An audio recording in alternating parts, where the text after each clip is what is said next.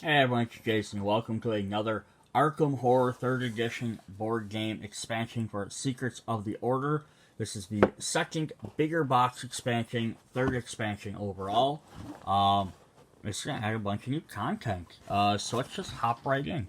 If you're not sure what I mean by 3rd edition, go check out the first video. I do more explanation in there. And if you watch the other videos, same as this one is I will go through all the different item cards and the character cards and stuff, but I'm not going to read every single part of them because I will, kill my voice doing that. And also, I won't go through all the story cards. I'm not even going to show them off because I don't want to spoil everything. If, like I've said in all the other videos for this game, if you guys are interested in seeing every single card, let me know in the comments. I can do a follow-up video where I'll probably maybe display them all, but I'm not going to read them all because there's so much text on there that I will literally take 6 hours having to read all of them, and I won't have a voice, and it's not worth my time.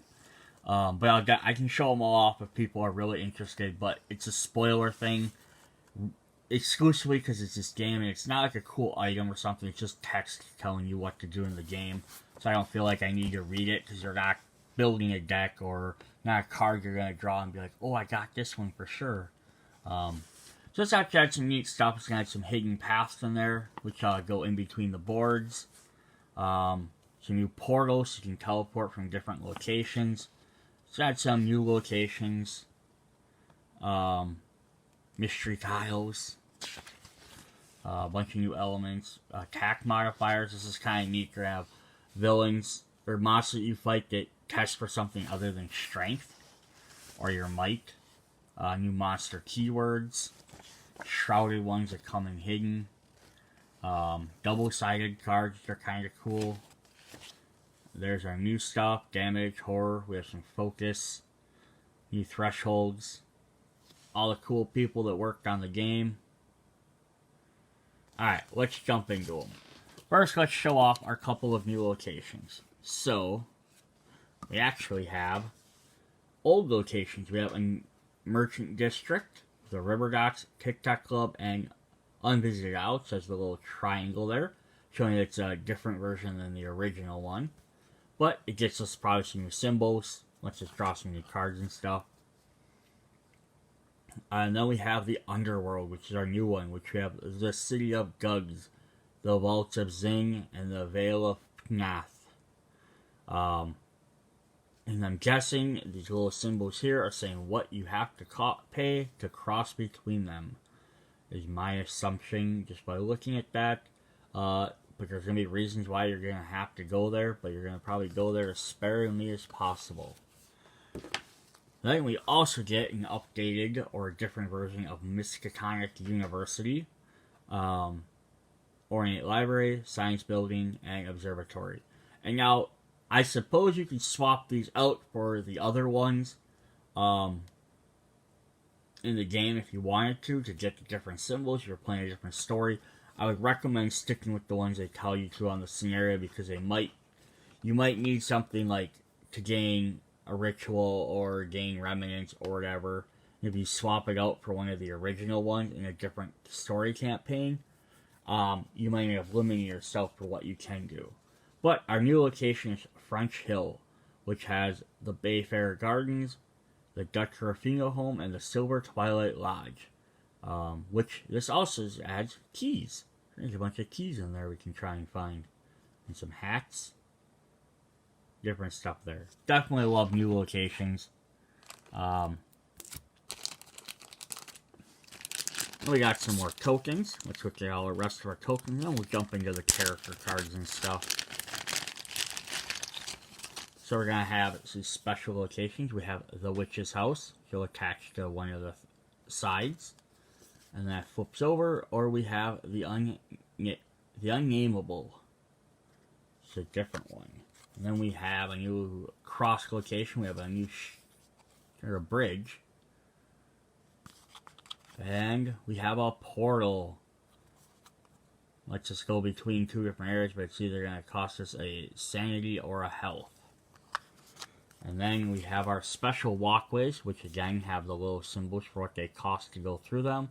But they let you travel quicker through areas without having to go all the way around. And the other side's the same. That's kind of neat, because then they'll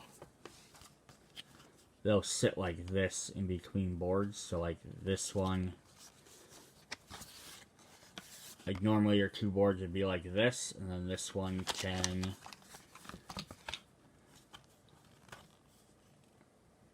sit down like this in between there, so that way you could cross from one of these into this corner one without having to go the other direction or vice versa. New mechanics, always fun. Alright.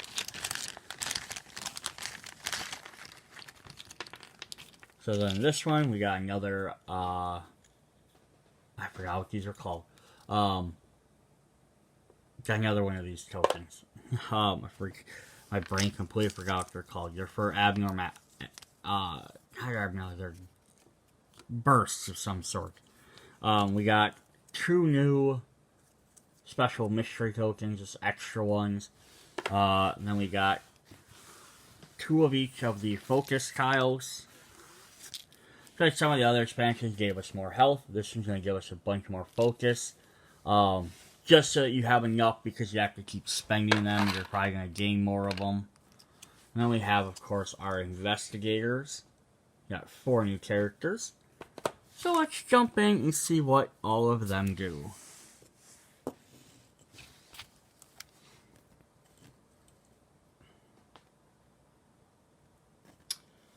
We're going to start off with Agatha. Oop.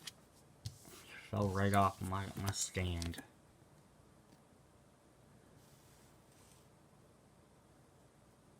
So we got Agatha Crane. In case you're wondering what kind of sleeves these are, because these are big cards, they are 5x7 photo sleeves. Slide them in horizontally, and then I cut the tops off, which is why the top doesn't look even. I also use these for the Teenage Mutant Ninja Turtle, and eventually it comes out the Batman Animated Series miniature game cards. You don't generally need to sleeve these types of cards because you're just going to play them. They're going to sit on the table. And they do have stuff on the back, but once you start your game out, you really don't ever have to flip them back over. I just personally like to sleeve any cards I can, just because that way if anyone's touching them, I don't know, how dirty people's hands are sometimes. I'd rather just not risk getting smudges on my cards and things like that. But again, these big cards, usually big character cards, aren't really necessary to sleeve because you play them and then they just stay on the table. But I like to sleeve them. So, if you were wondering, they're 5x7 photo sleeves. You can usually buy them in packs of 100, so that's enough to cover all these games plus more. And they're like $7 or something, so it's not terrible. Agatha Crane, the parapsychologist, new field of study. After you suffer one or more horror, you may focus one skill of your choice and gain 1 remnant. 5/7. And then her backside. Ooh, there's a story if you want to read that. She's a seeker and a mystic. Remember to get Mark Harrigan, the soldier. Dodge. At the start of your turn, if you are delayed, you may focus one skill of your choice or recover 1 sanity. Steadfast. You may perform the attack action any number of times per round. I love the stories for the characters too. If you actually read all the stories about them, they're definitely interesting. So he's a guardian type. So now we got 3 of the 5. Alright. We got, this is a neat character. Preston Fairmont. Creature comforts. At the start of your turn, you may spend $1 to recover 1 health or 1 sanity. Basically, he can pay to heal himself.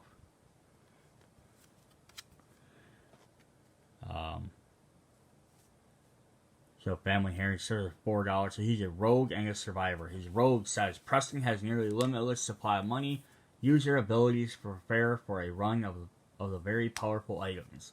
So he's got this money, he's spending it. That's what he wants to do. I cannot read what he was. He was the millionaire. Fortunately, we don't have his wife. That's a Gilligan's Island joke for all your younger viewers. Winifred Habermock, the 88 tricks. Just that good. Once per round, when you would fail a test, you may spend 1 focus to roll 1 additional die. If you still fail that test, choose a skill you have not focused in. Focus that skill twice. So she's kind of a gambler. It's all or nothing. Then she's also going to be a rogue. Winifred excels when she can show up by tackling impossible odds. She can often give herself big boosts by jeopardizing her future success. So again, she can try to add extra stuff. If she wins, she's going to go great. But if she fails, it is going to hurt. Alright, then we have 3 new scenarios to play. So any spoilers? There's not much spoilers, but a little bit of spoilers for these. The Dead Cry Out. Starts the train station. There's bystanders. Again, I don't like to read too much of these. Just show them off so you kind of see what you're getting at. So here we got a couple of things. We're going to have all these different areas surrounding the outside. And then we're going to have the underworld in the middle with that special pathway token there and a special portal there. So there's 2 different ways to get to it, but it's going to cost you. So yeah, this would give us goods and gas. Story cards 135, 36, 37. Place the 3 allies, 3 face down ally cards as indicated.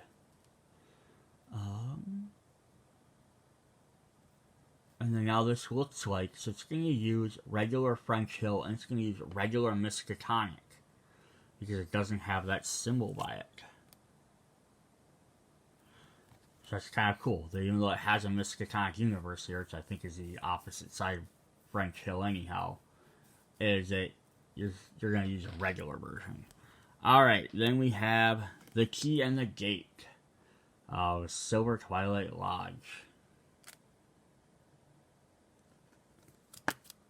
That's fine. So you have a bunch of thrall monsters and stuff. Cards 150, 151. The Anomaly deck, Fractured Reality. So it's certified 4 Underworld event cards in the map tile. And the Underworld Encounter deck, and got a Portal in the Threshold Encounter deck. So something could happen to make us have to play the Underworld. And there we have various areas. So it's from below we have the Unnameable that comes off of the side there.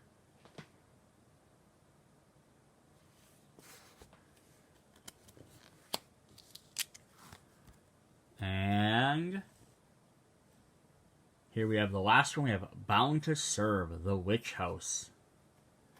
So there's our other flippable little small spot. There's a big giant map actually. So there's our new merchant district. Your cards 2 and 121, Lost Souls. See set aside all lodge monsters. Alright, so those are our different story cards. Alright, then we're going to jump into some item cards and monster cards. Alright, so before we jump into the other little character cards, which we'll spend a little bit more time. So, these are all the various story cards, which again, I'm not going to sit here and read all of these, because spoilers, just for anyone that knows, these are all story cards. I don't want to spoil things, these are round on. This is how much text is on every card. If I sat here and read all of these, I would go crazy. But there's this deck,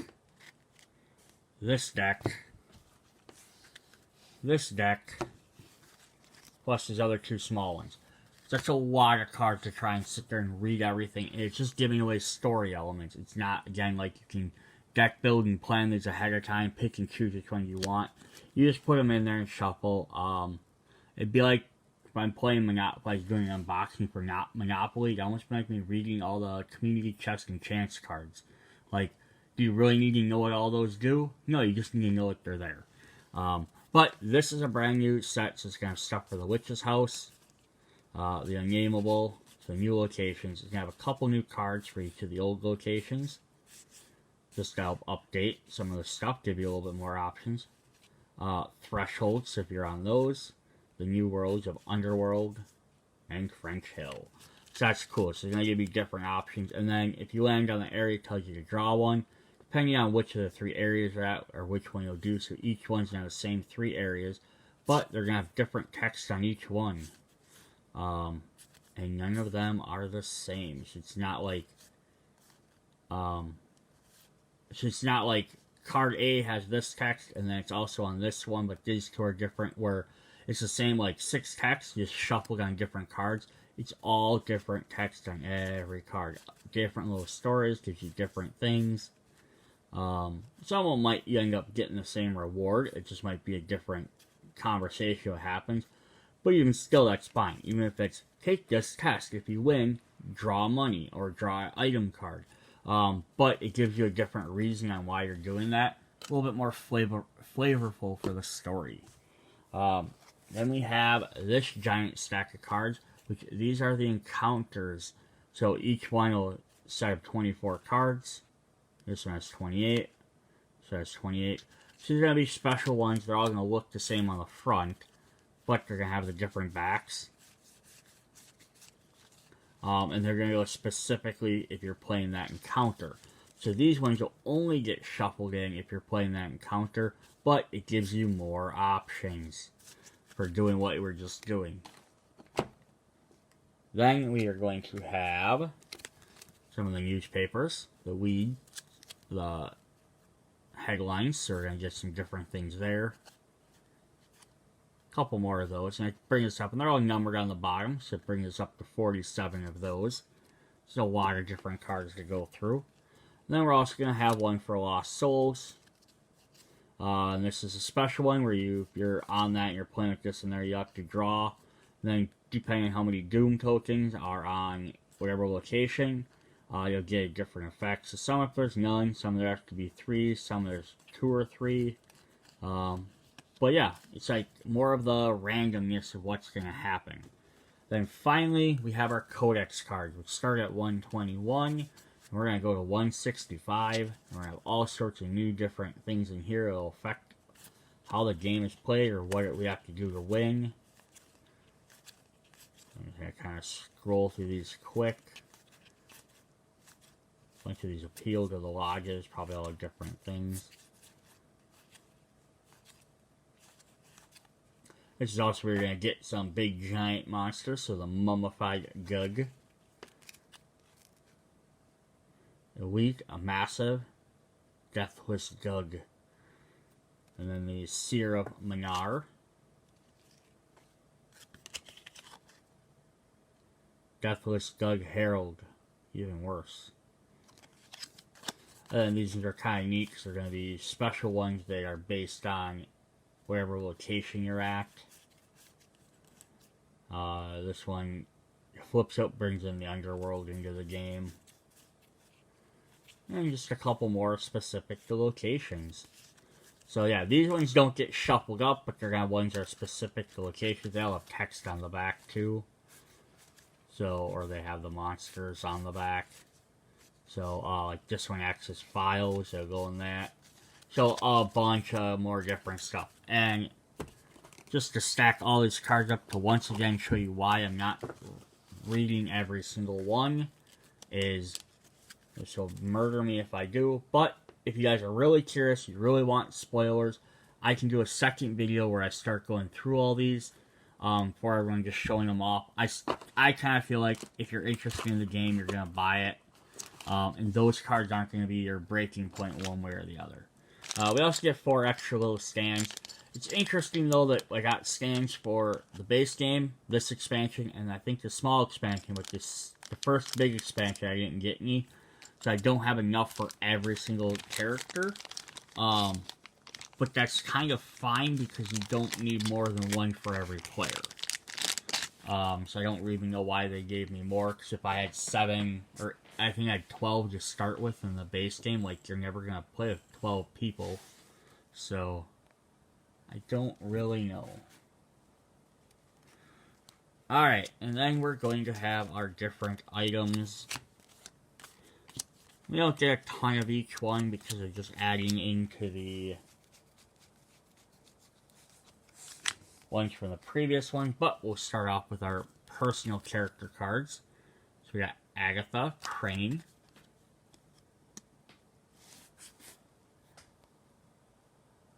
She's got Call of the Dead, the ritual. She's also going to get a spirit camera. And then she's got a special card here called Occult Principle. Which are getting clues, but it actually flips over. Or she can do Scientific Method, because she's both a scientist and a parapsychologist, so that part was kind of like paranormal stuff. Then we have Mark Harrigan. She's going to have an innate talent for one-man army. She's got a special item called Sophie's Portrait. And then he's got the War of Attrition. Preston Fairmont, the millionaire. He's going to get his family inheritance. So after you perform a gather resource action, you place an additional $2 on this card. Then you can do a reckoning ability to gain $1 and all the money on this card. So that's how he gains all the extra money. Then he has Money Talks. It says, while you're resolving a test, you may spend $1 to reroll one die. So it's like that. This is his stuff to be able to spend money to do stuff. Or spend one to focus an additional time. Life of Privilege. Then we have Winifred Havemock. She's going to gain Barnstormer. Special talent. Another talent, just anything you can do. She can try and do better. And a third talent. So she doesn't get any regular items. She's got a bunch of talents. Reckless Resolve. Alright, then let's look at our items. So we are going to have some allies here. Blue cards. We got 2 of them. We're going to get Olive McBride, the Reckless Witch. And we're going to get Wiccan Green, Hunter of Rare Books. We're going to have a couple of green cards, which are common items. So we're going to get an Enchanted Knife. We could get the Pallid Mask. Or we could get a Lucky Charm. And then we're going to get some purple ones, which are magic spells. So we have Banishment. It's an incantation. And the Beast Within. Become a werewolf. And finally, we have these orange cards, which are cards that are drawing special, but they're going to include all those different types of cards. So we have an ally in Anna Quinn, the Forgotten Daughter. We have a curio item, the Blackened Antheme, so it looks like a knife of some sort. A Book of Shadows. We have a Reputation card, so if you're an Arkham Reputation, we have Tabby's Favor. The Chthonian Stone. Cryptic Sketches. Cyclopean Hammer. Got another ally. We have David Renfield, the Etchologist. We have Gathering Spirit and Unquiet Dead, Ghost ally. We have Arkham Reputation. We have Hidden Routes to move around. We have the Hierophant, another tarot card. So we have most of them by now, not all of them. A Lodge Reputation. We have Inner Sanctum. Access. Lost Journal Tome. Another ally, we have Michael Way, the Experienced Hunter. Oh, there's another totem card. We have 9 of Rods. Another Lodge reputation as Steward of the Order. The Red Clock. And finally, we have a spell. Oops. The Unknown Liturgy.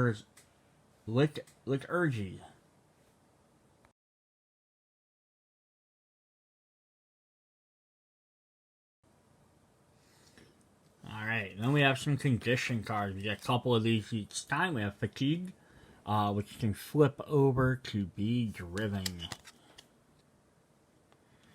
So we get some of them, which gives us some extra bonuses, and we get 6 total of them. Probably enough for one of each player if you're playing a full 6-player game. Alright, then we're going to jump into the monsters. So the monsters are all going to have these black sides, which have some nice full artwork. Tell where they spawn at, like the street, unstable space, street nearest to place, if they're massive, how they move, things like that. But we're going to look at the other side, the white side, gray side, because it'll tell us stats about them. So we have the Bloody Titan, which is a Gug. He's a massive. Coursing Hound, some Hound of Kingalos. Nice, we got some more of them. Like when we get some new creature types, or it's also nice to get more of the same. So Crazed Fiend, which is a Ghast. The Cacophonious Haunt, a Troubled Spirit. And you see we're getting our different traits in there, which is really cool. So Screaming Haunt. We have an ally here. The Weeping Haunt. I like when they have allies in the villains deck. Lodge Guardian. Human Lodge member. A Lodge Seer.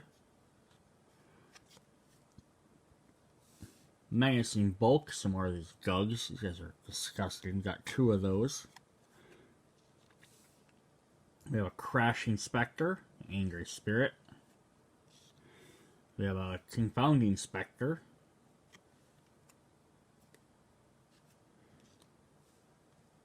Commanding Spectre, a condition monster. That's kind of neat. Gluttonous Giant. Sangius Wraith. Phytomus Wraith. I think we've seen this artwork before. Might be some of these might be duplicates from previous sets. Taloned Cannibal, 2 of those. A Tunneling Gahole, an Aberration, and a Twilight Sentry. Sentry. And then I wanted to look.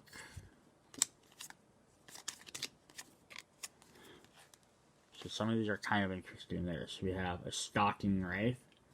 And then we flip it over. It's gotten closer and it's spewing stuff on her. It becomes a Vomitous Wraith. And then this one's also the Stalking Wraith. When you flip it over, becomes the Sanguous Wraith. I kind of like that when they do some of these double cards. So here we have Raging Poltergeist. I believe that's all 3 of these are going to be. Yep, so all 3 of these are Raging Poltergeist. This is waiting in the science lab. Something terrible is going on. We don't know which one it is. And you flip it over, you're going to get one of the 3. Either one that possesses her, one that's a confounding, or one that's a crashing. So kind of neat little things like that. I believe the other ones were these spirits like this. Yep. So we're going to get the Haunting Dead. So you don't know which one you're going to get. And you flip them over. You're going to get the Weeping Haunt, the Screaming Haunt, or the Cacophonious Haunt. So definitely neat. If there's enemies like that you won't know which one you're going to get. Then you draw it and you find out. Alright, so that was the Arkham Horror Secrets of the Order expansion. Yes, definitely anomaly token. That's what those were called. I don't know why my brain could not wrap it around that. Yeah, so a bunch of different cards there, more investigators. So definitely the upside of the expansions are you're getting new investigators, new item cards, different locations. So even if you don't play the new scenarios, you got other choices for your other games. You want to just keep playing the easier ones. You don't want to add in these threshold and tiles and stuff like that. Definitely do some other stuff. There's the expansion icon. Just do not mix event decks into the encounter deck. Yeah. Alright, that's what we got. Catch you guys in the next video. See ya. Bye.